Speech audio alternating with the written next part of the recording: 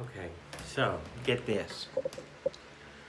It's 1966, and I have not yet turned 5, and my mother has a beauty salon in the front room of our house, and I had always been supervised. We'd always had a babysitter and a cook and a housekeeper with us, just because Mom worked. And we had kids, but anyway, she had always been with us, and then suddenly, when I was she had to leave or something, and she was not replaced because she didn't need to be, because I was kind of self sufficient, easily playing alone and kind of raising myself there, rambling around the house while Mom was in the beauty parlor, because all I had to do was go, Mama, Mama, and she would come and rescue me if anything happened. But it was pretty cool. I watched what I wanted on TV.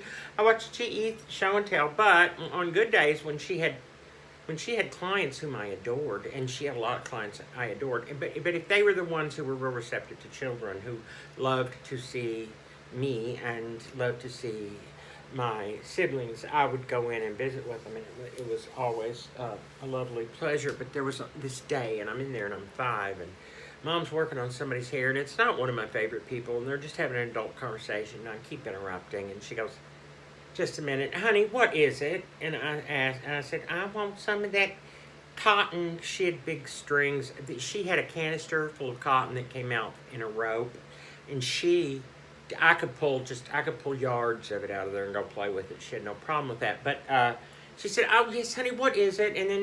And I said whatever it was, and she said, yes, honey, but let me tell you something. You are really getting on Mama's nerves. Could you try and go in the other room and just stay in there for a while? And I said, nerves? What's nerves, Mama? And I said, can you see a nerve? I said, no. She said, no, you can't see a nerve. And she knew she'd made a mistake, and she was trying to just crawl out of it and say, just go on. I was like, can you feel a nerve? If I touch you like this, am I touching a nerve? Can I feel it with my finger? And she was like, just go in the other room! The other room.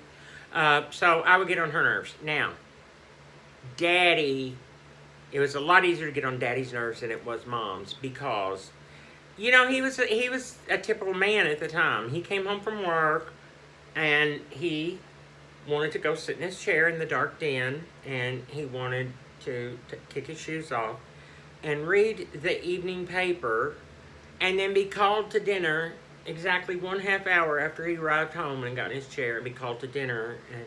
Okay, because that would be 5:30, because that's when we always ate, was 5:30. So, when I got on his nerves, his thing was, we all got on his nerves too. Believe me, we did. Mama didn't. She didn't allow herself to get. I mean, she didn't. She wouldn't allow him to feel like she was on his nerves. But with me, he would say, boy, I'm going to tell you, I don't know what it is, but every time something wonderful's about to happen to you, you have to just act out. You just start building up all this excitement, and then it's like you explode right before the good time, and I have to just tear the hell out of your ass. I'm like, and it was, and you know what? I didn't go, well, that's not fair to say. No, I went, I guess I do. But I could feel it. It was like, you know what it was? It was like, tomorrow we're going to Cincinnati, where we will be visiting Coney Island and swimming in a swimming pool for the summer. It was that kind of stuff. I'd be excited. Or, tomorrow day is Christmas Day. I truly love Christmas Day. And I will receive that doll I asked for, even though they said no. I will get the doll. I will dress the doll, undress the doll, make a new dress for the doll, show everybody my doll. And that's why I got on people's nerves. That's why I got on people's nerves. That kind of stuff right there. Now, there are people who get on my nerves, and people I love get on my nerves, but I don't really, like, hold it too much against them. It hurts to be told you get on people's nerves, people. Anyway, I don't have a song, and I don't have any more of this story to tell you, unless there's something. I don't think there's anything hiding there. Anyway, I'm going to go, and I hope I put the part in there about my 4th grade teacher. Did I? I don't think I did because we're only 4 minutes in. So here's the thing. We always had old teachers. Mean old teachers. They weren't. They were sweet. But, you know, when they were older, they looked meaner. And So we had the sweetest first grade teacher, and second grade teacher was like middle-aged, and nobody remembered her name. She was gone after that year. Nobody ever heard from her again or knew who she was to begin with. But the third grade, we had Miss Alexander, who was known for being a really gruff, stern woman, but she really wasn't. She just looked gruff and stern.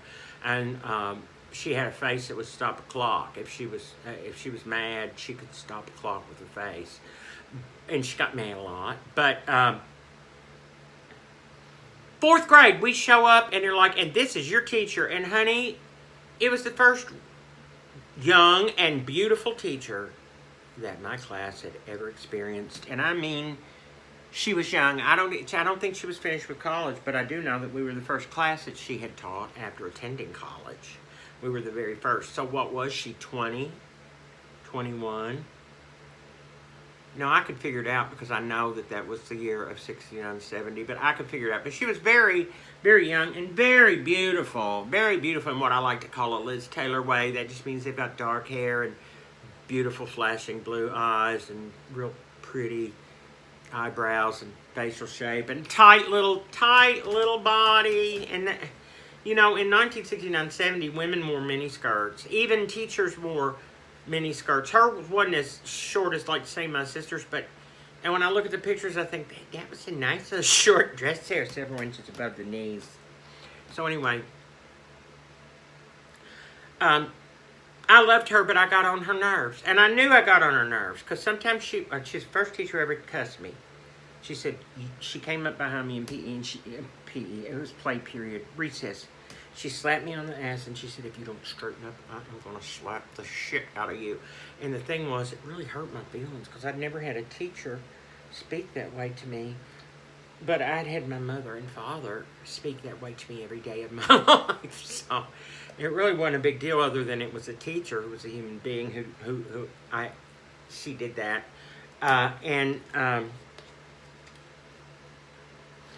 One day, I was sitting, we had come back from lunch, and we're sitting there, and we're talking about what we're going to do, and she looks up, and she sees me, and she says, Sam, are you feeling okay? And I said, I feel fine. And she said, just a minute. And she went out to the first aid room and came in with the thermometer and stuck it in my mouth, went to the desk, and sat down and continued what she was saying. Then she just got up, walked over, took the thermometer out of my mouth, and she said, you have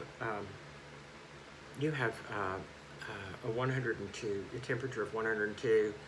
I'm going to go to the office and call your mom because I think she needs to come get you. You should probably be resting. And I was like, I have never felt any better than I do right now, although this is a good thing. And I tell you what, I was 9 years old tops in the fourth grade, tops. And I knew that she had done it because I was just getting on her nerves. And she could not, she loved me, I know she did. We love each other to this day, but she could not handle one more second of looking at my little nerve-working face. And I'm here to face it.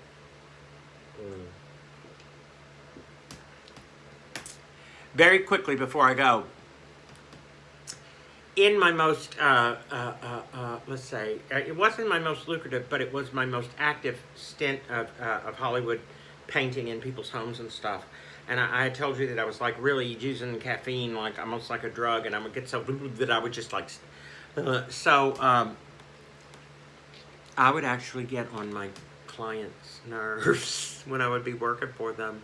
But they'd be like, boy, he sure does talk to himself, and it kind of gets on your nerves. But at the end of the day, have you seen what he's doing? My God, he's brilliant. So, anyway, I'm a nerve worker, and, you know, I hope that this video doesn't get on your nerves unless you really hate me. And if you really hate me, I hope it works your nerves so bad that, that it feels like physical pain. I'm going to go. Y'all have a great evening on this Tuesday. Bye. Look, I've got a clicker, and I have a clicker, and it's here on the table. And I was reaching up. Bye.